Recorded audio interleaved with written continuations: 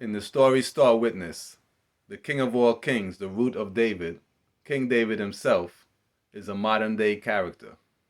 Wherefore his son, Solomon, whom he named after himself, therefore Solomon is also named David, who goes by the name of Moses, is a modern-day character himself.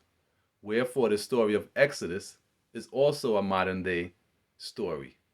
In it, you will find Sheba. So let's read.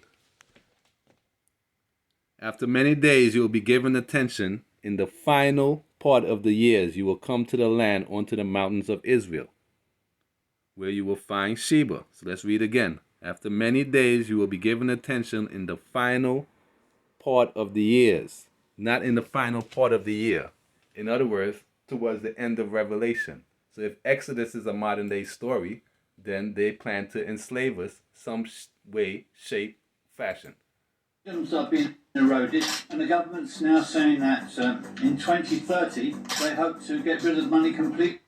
The trouble is, if they do succeed, which they probably will, they will have complete power over us. And you've seen the way governments can use that power, such as the lorry drivers who didn't want to have the injection in Canada, and they just shut all their bank accounts straight away. We're going into a very dangerous situation now. The trouble is, when people get so much power like that, those few people at the top, it's very difficult to get rid of them because... So in these times, we need a Moses. So let's watch history. Listen very carefully. He's speaking proper English. You are descended, Your Imperial Majesty, from King Solomon and the Queen of Sheba. Notice the reporter is telling him that he's a descendant, when in fact he's going to say this. This is just our story, ancient story, with Queen of It's just a story.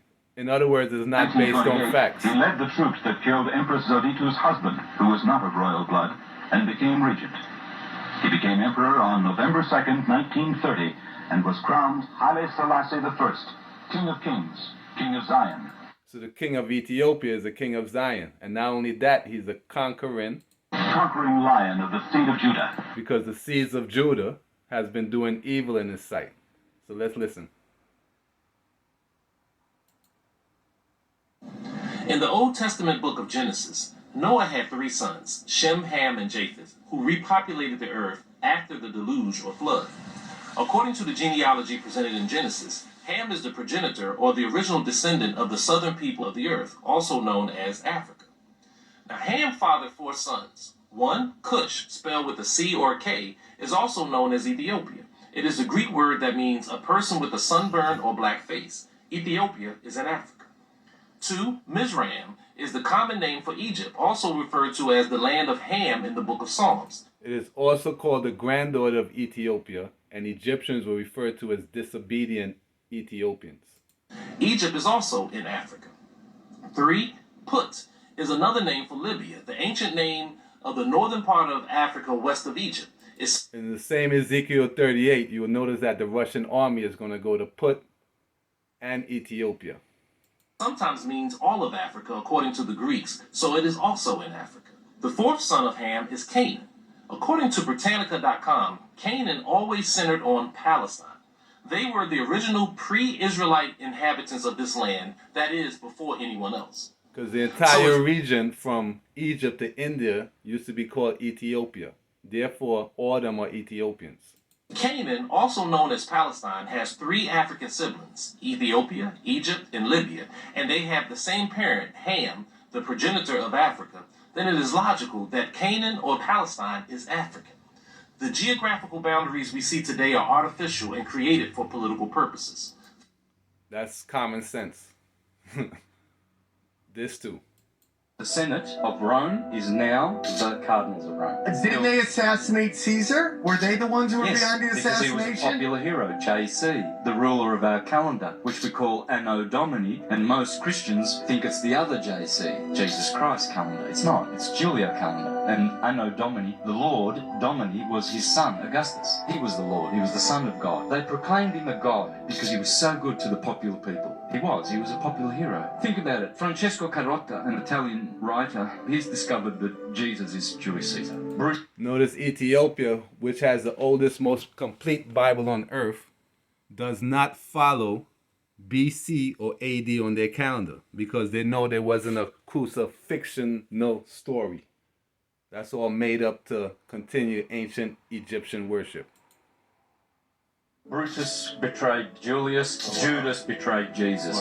Both died on the Ides of March. Both crossed the river. One the Rubicon, one the Jordan. Both were famous for having to do with a town called Capernaum. Both were popular heroes. The list goes on and on. And if you notice, the oldest synagogue in the world only goes back to the 9th century. So there was no rabbi speaking to Jesus 2,024 years ago.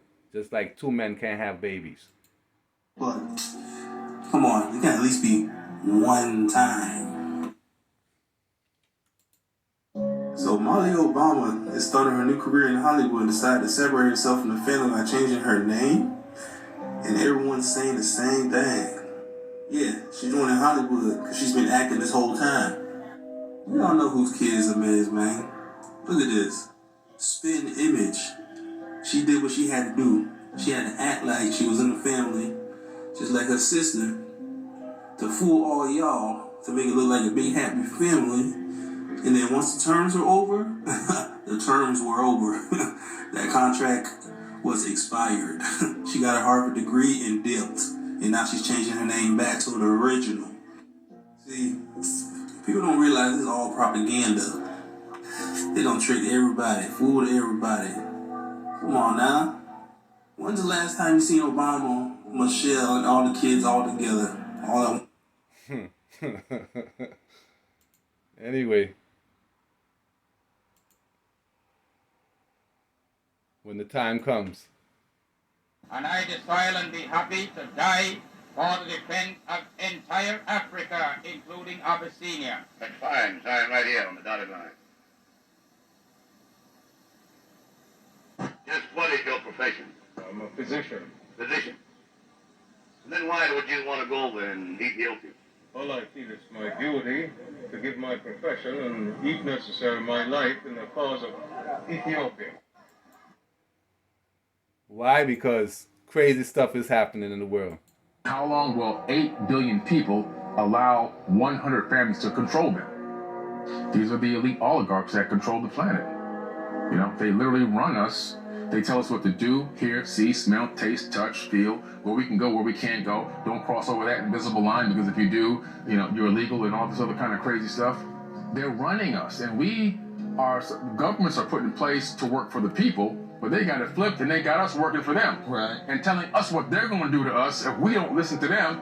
That's the opposite of what it's supposed to be. That sounds like the days of Moses. Why? Because this is their plan. The secret, an illusion that will be so large, so vast, it will escape their perception.